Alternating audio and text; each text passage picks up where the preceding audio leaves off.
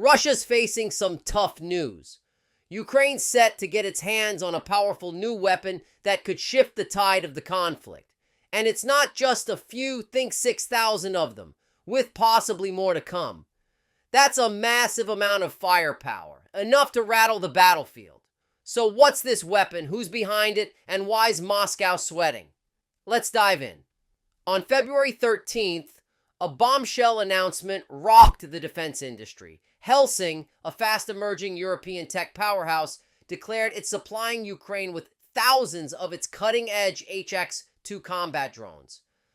Unveiled in December 2024, the HX-2 isn't your average drone. It's packed with advanced AI tech. What sets it apart? A single operator can control an entire swarm simultaneously. Picture this. Instead of deploying one drone to hit a target, you unleash a coordinated fleet, weaving through defenses and striking with pinpoint accuracy. That's the HX-2's game-changing edge. And here's why it's a big deal. Conventional warfare leans on costly, intricate systems that take years to build, but the HX-2 turns that upside down. Helsing engineered it to be affordable, quick to manufacture, and highly effective in today's combat scenarios. Ukraine needs a constant flow of weapons to maintain its edge, and these drones might just be the ideal fix. At the official unveiling, UK Defense Secretary John Healey didn't mince words, stressing that breakthrough tech like this is warfare's future. And the UK isn't just watching, they're backing it big time, pouring a hefty $440 million into Helsing over the next 5 years to ramp up production. So how does Germany factor into this? While Helsing's headquarters are in London, its roots run deep in Germany, and Berlin has been stepping up its support for Ukraine in a major way. Last year, Germany delivered 4,000 HF-1 combat drones, and now with a fresh order of 6,000 HX-2S, it's solidifying its role as a drone warfare heavyweight. Helsing's even opened a cutting-edge resilience factory in southern Germany to handle future HX-2 production. This move positions the company to become one of the globe's top combat drone makers, handing Ukraine a serious advantage and firing a bold warning shot at Moscow. But what is it about the HX-2 that's got Russia so rattled? It's engineered to tackle one of Russia's most dreaded weapons, the Lancet III drone. On the surface, they've got some overlap.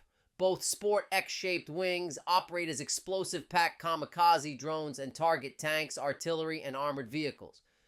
But the HX-2 leaps ahead here. It's not just another drone, it's a battlefield shaker.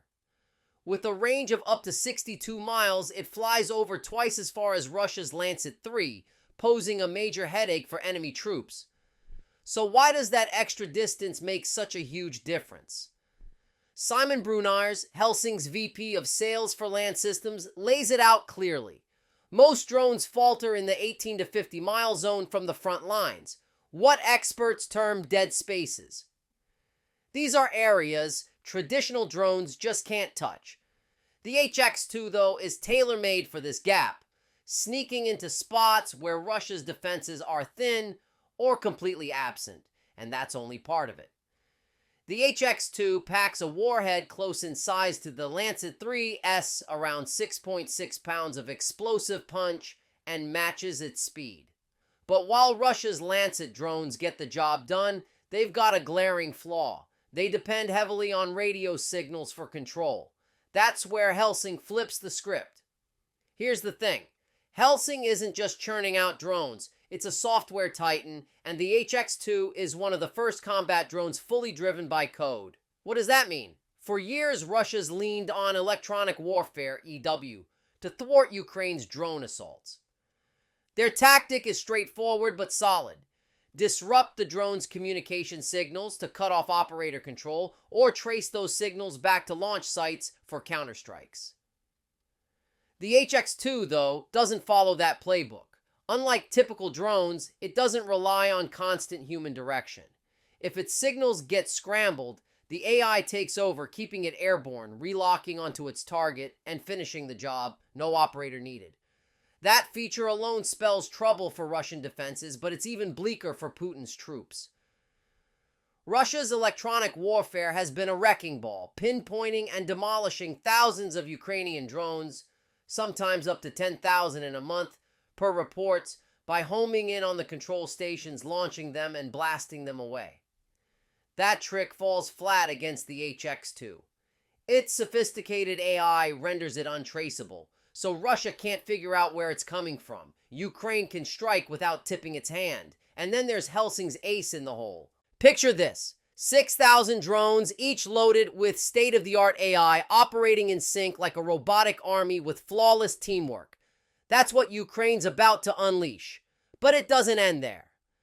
On top of the HX-2S, Ukraine's already gotten 4,000 HF-1 combat drones. And if those get the same AI boost, Russia won't just be up against a few clever drones. It'll face a colossal, coordinated swarm. Now here's where it gets wild. This AI isn't locked to drones alone.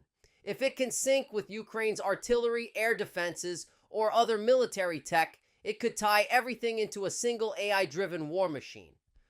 Russia wouldn't just be dodging isolated strikes. They'd be staring down a connected web of weapons that talk, plan, and hit with deadly precision, all while staying off the radar. The headaches for Putin keep piling up. Helsing's not just churning out drones, they've set up a so-called resilience factory in southern Germany. At first, it might seem like a standard production site, but it's far from that. Each resilience factory is built to hand the host country complete control over drone production. That means Ukraine and other European allies won't be stuck depending on external suppliers. They can crank out drones as quickly as needed, straight from European ground. Right now, that one German factory can pump out 1,000 HX-2 drones a month, steadily restocking Ukraine's arsenal, replacing battlefield losses, and bolstering the swarms already in action.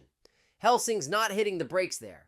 Their blueprint includes rolling out more resilience factories across Europe, boosting output to tens of thousands of drones each month. If Russia's feeling the heat from drones now, picture what's coming when Ukraine's stockpile swells endlessly, month after month. Helsing's co-founders, Gunbert Sheff and Nicholas Kurler, are upfront about their vision. They're not just making drones, they're transforming how Europe crafts military tech. Their aim? A decentralized, lightning-fast production network that keeps Ukraine and its allies armed with the newest, most potent weapons, no matter what. Here's the twist Putin didn't anticipate. Rather than fracturing Europe, his invasion of Ukraine has fused the continent together against him. For years, heavyweights like France and Germany figured they could coast through geopolitics without rethinking their defense playbooks. But Ukraine's war flipped that script. It's not just about Ukraine's fight to survive anymore. It's about Europe waking up to the reality that security isn't a given. Chatham House points out that this conflict has forced European nations to overhaul their defense mindset, sparking unmatched military teamwork and funding. Take Helsing's expanding web of drone factories as a prime example. These resilience hubs aren't only about arming Ukraine with HX-2S, they're a sign of a united Europe gearing up for what's ahead. The signal is loud and clear. Europe isn't sitting idle as authoritarian dangers ramp up. It's staying one step ahead. And the change digs even deeper. The European Commission is now exploring a single defense market, where EU nations would focus on sourcing military gear from European producers. Per the International Policy Quarterly, the strategy includes collective weapons purchasing, with at least 40% of defense budgets funneled into European manufactured arms. If this takes off, Helsing's drone output won't just be a lifeline for Ukraine. It could turn into a cornerstone of Europe's enduring military framework. Now, if you like this video, check out this next video right here.